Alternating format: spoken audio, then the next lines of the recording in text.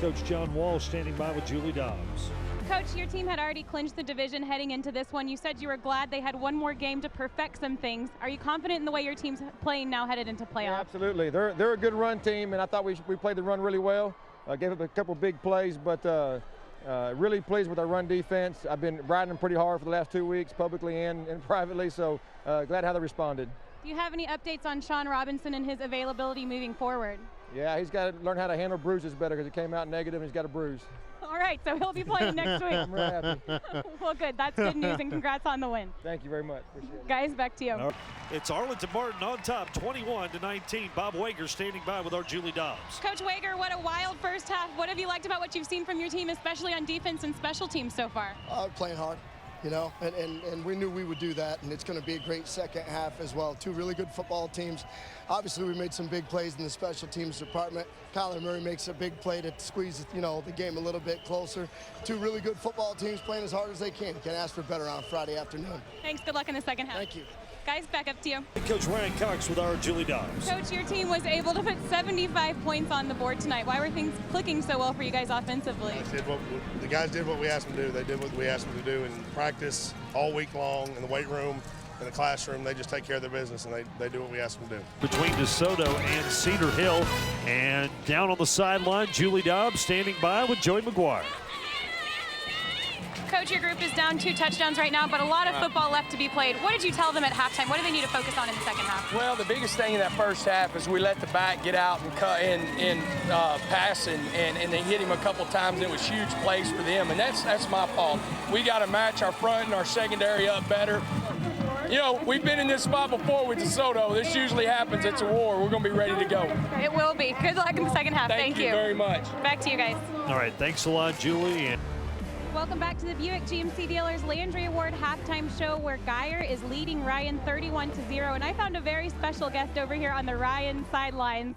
This is Bud Sasser. He was a wide receiver here at Denton Ryan, graduated in 2010. Now you're at Mizzou. You said this was the first game that you've been back to since you graduated in 2010? Yeah, first one, and it's pretty exciting. I wish the outcome of this game would be a little bit different than it is right now at halftime, but you know, just excited to be back to see everybody. Is it tough for you to watch from the sidelines and not want to jump in there, especially in a game like this, and help your team out? Yeah, definitely for one, because I'm cold and I want to get out there and be able to play. But just coming back and seeing everybody, that's good enough for me right now. by our sideline reporter here for all the fun, Julie Dobbs. Hey, Julie. Yes, hey guys. Well, I talked to Coach Walsh earlier this week, and he said that despite the different records, he's expecting a really good game out of Ryan tonight. He said he's actually expecting them to play their best game of the season, and he thinks that within their district opponents, they're the scariest team that he's faced so far. He said his defense hasn't had the greatest of games lately, and they don't have a defense they can hang their hat on right now, so they're really expecting Ryan to make a big push tonight. Guys, back to you. And let's send it down to the sideline and check in with Julie Dobbs. Yeah, guys, I talked to Prosper coach Kent Scott about the start to their season. Obviously not the start that he's wanted, but he said that this team is really hungry. And he said that sometimes when a team loses, that's when the coach goes a little soft on the team, and when they win, that's when they really try to grind it out on at practices. But he says he's done the complete opposite with his team, and they've responded very well. He said they're a very hungry team, and although it wasn't the best start to the season, the past couple of weeks he's really seen a progression with them, and it's obvious out here with this great start tonight, guys. Sideline, we'll check in with Julie Dobbs.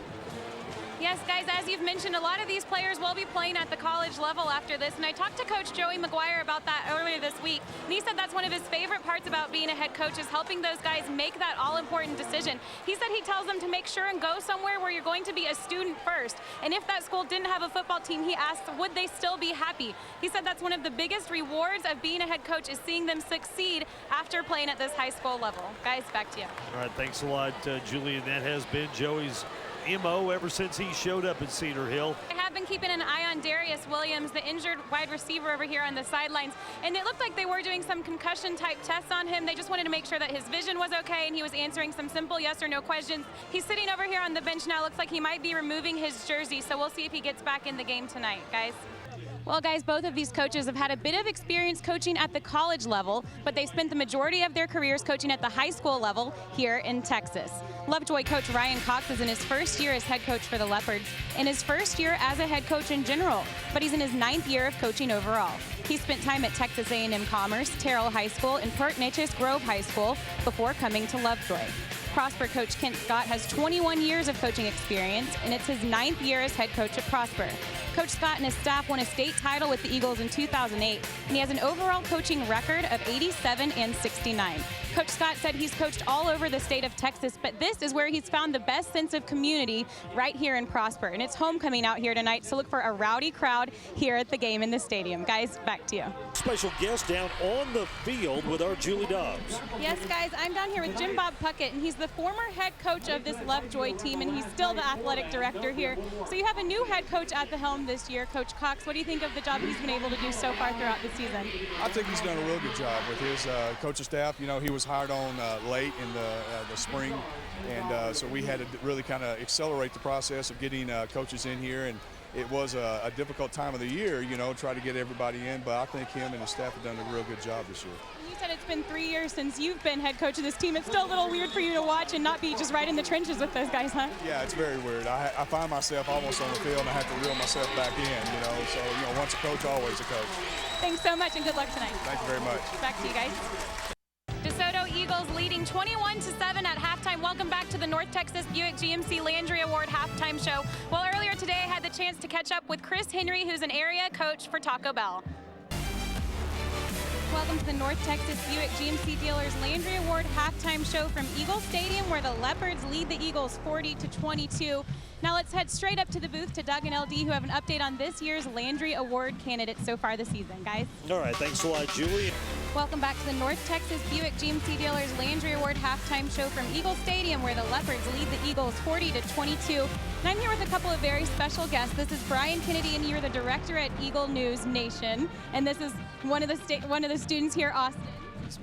And you guys are responsible for the video that has gone viral with the Prosper Eagle football team dancing to Taylor Swift, and it's gotten over 170,000 views on YouTube now. How did this all come about? Well, you know, we were, I guess one of the things we do at our school with our broadcast is we really feel like our job is to impact the culture of the school. It's high school, this is life, and we get to go out and have a good time. We get to play a game. Sometimes we win, sometimes we lose, but it's all about the positive attitude and the positive energy that we put out there for everyone. Well, I know I really loved it. I sent it to all my friends. I thought it was hilarious. So thank you guys very much for doing that, and thanks for being here. Well, thank you so much. We appreciate it.